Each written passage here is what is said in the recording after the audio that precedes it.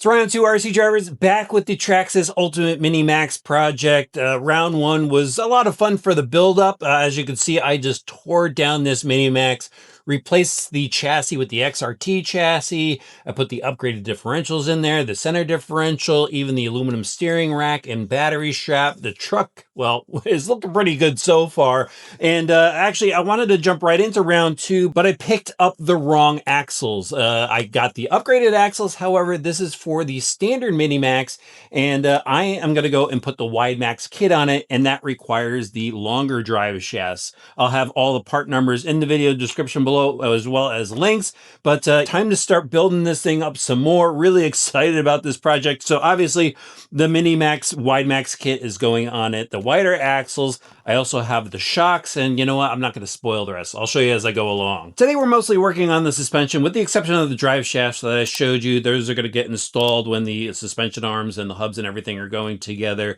But I'm going to start off with this WideMaxx kit. And they came out with this after they came out with the Mini XRT, and it's just going to help with the stability of the truck. Obviously, wider is going to be more stable, and this is a kit that includes everything you need for that swap if you just have a stock Mini Maxx.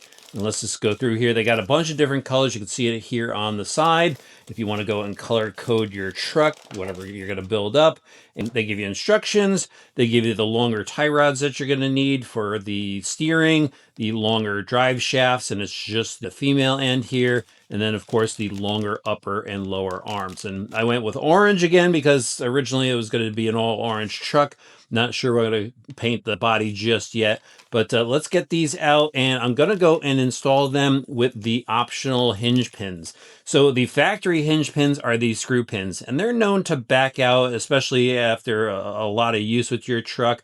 It's one maintenance thing that if you keep them in, you got to keep tightening them down. But with this upgrade set here, they give you these retaining nuts. The end of the pins are threaded, so it's just going to capture the arms, and you won't have to worry about losing any pins.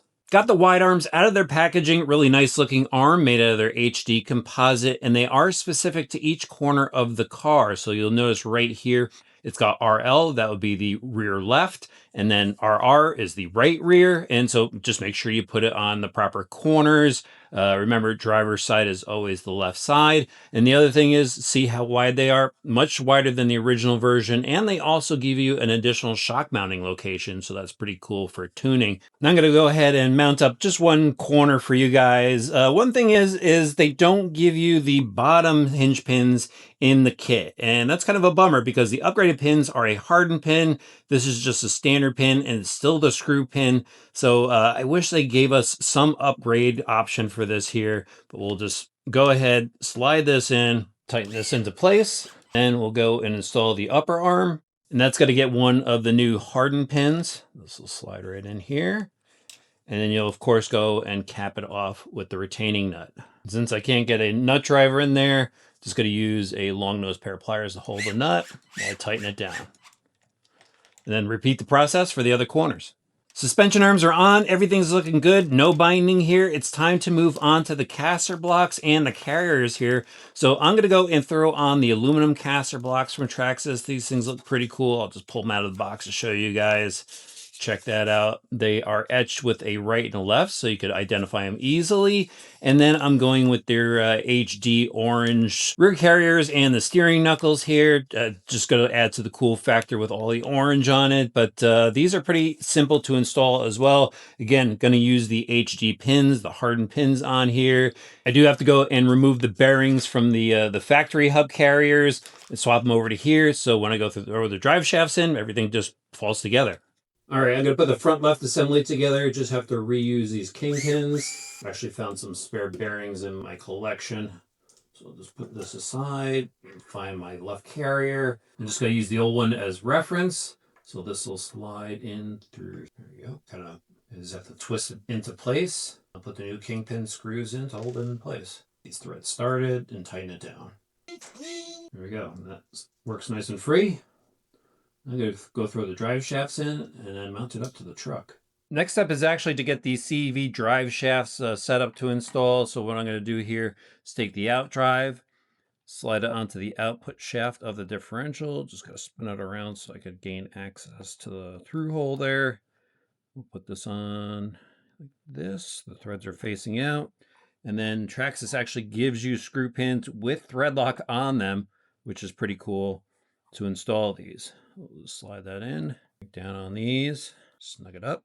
Now I'll be able to put my drive shaft in like that. Put this into the out drive, and we could slide our screw pins in next. There's one, bottom one. I'll put the retaining nuts on the back. All right, so I got the front end together, and I actually made a little bit of a mistake. I threw the hinge pins in the wrong way. They go in from the back side, and the reason is for clearance here with the steering knuckle. If you had the nut on the back side, it would bind, so that's why they go in from the back side. But anyway, this looks good, and everything is operating nice and free as it should. Let's go through on the rear carriers now. So this will be a little easier than the front. I already went ahead and pressed my bearings into the carrier and threw on the out drive of the updated drive shafts. Now we're going to slide that new CV drive shaft in, up the arm, and just slide our new pins into place. By the way, these are just a little bit shorter than the front. And just going to slide these in. Tighten down the retaining nuts. It's finally starting to look like a truck again. I put the rear shock tower on, threw on the lower skids. Those just go on as they came off earlier on in the process. But now it's the best time to go and throw on the steering links before I throw on the tower, just so you have clear access to the screws for the steering cranks. Remember, they do give you hardware for that. It has the blue thread lock already on it. And just slide the links in place and tighten down the screws. This last one tightened down. Just a heads up, there is a shorter pivot ball that goes in towards the inside, and the taller one obviously goes towards the outside.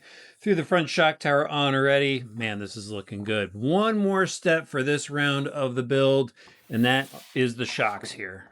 So going with the aluminum GTR shocks in orange. These are absolutely awesome. Already pre-built from the factory. However, you do have to add oil. There's the tube of oil there, and really nice looking shock. This has the titanium nitride coated shock shaft, larger shock cap, although it is composite. Not too happy about that. Hopefully they come out with an aluminum one. Maybe they already have it and I just missed it, but like that the lower shock perch is fixed to the bottom. Really nice looking shock. Yellow springs all the way around. What I'm actually going to do is I'm going to throw 60 weight oil in there. I'm not sure what comes in the box. They don't have a label on it, but this thing's going to go off some jumps. I'm going to start off with some 60 weight. Start off by removing the spring, just so we'll be able to cycle the shock shaft in a bit. Take the cap off and fill up the body with oil. They're going to want to fill it just about to the top. The important part here is to cycle the shock shaft up and down, and that's going to release any air bubbles trapped underneath. Absolutely love it when I post a shock building video on Instagram. People tell me that I don't bleed the shocks properly because I'm not letting the air out, and little do they know I just edited that part out because it does take a while. And actually there's a bunch of tiny air bubbles, so I'm going to have to wait a little bit for those to come up and pop. And we'll cut to that now. There you go. All the air bubbles are out, and I'm actually just going to top it off just a little bit. Doesn't need to go all the way to the top. The reason being is this has a bladder in the top. So you're going to want to find your bleed hole, which is right there. And I'm just going to go and screw this on. Make sure you don't cross thread it. Now, as you can see, I'm holding the cap and turning the shock body. And then when I tilt it to the side, it's going to allow that air to go out. You'll see a little bit of oil come out as well. Shouldn't have any air in there. Let's just check to make sure we don't have any hydrolock. Shock shaft goes all the way up. We've got a little bit of rebound. And again, I went with that heavier oil. So when I jump this thing, hopefully we don't see any chassis slap.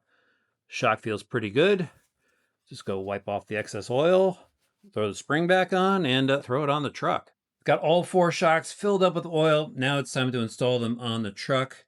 I'm going to throw it in the top first using the factory hardware. Then the instructions suggest that the lower shock mount goes in the inner hole. I'm going to spin this around so this screw is on the outside so it doesn't bind on the arm. We'll slide this in. We'll just tighten down all the shock screws once you put the shocks in. Oh, that feels super plush. And that wraps it up for today, RC drivers. The shocks look absolutely awesome on here. And again, super plush feeling. I mean, not a spot of air inside. Love when that happens.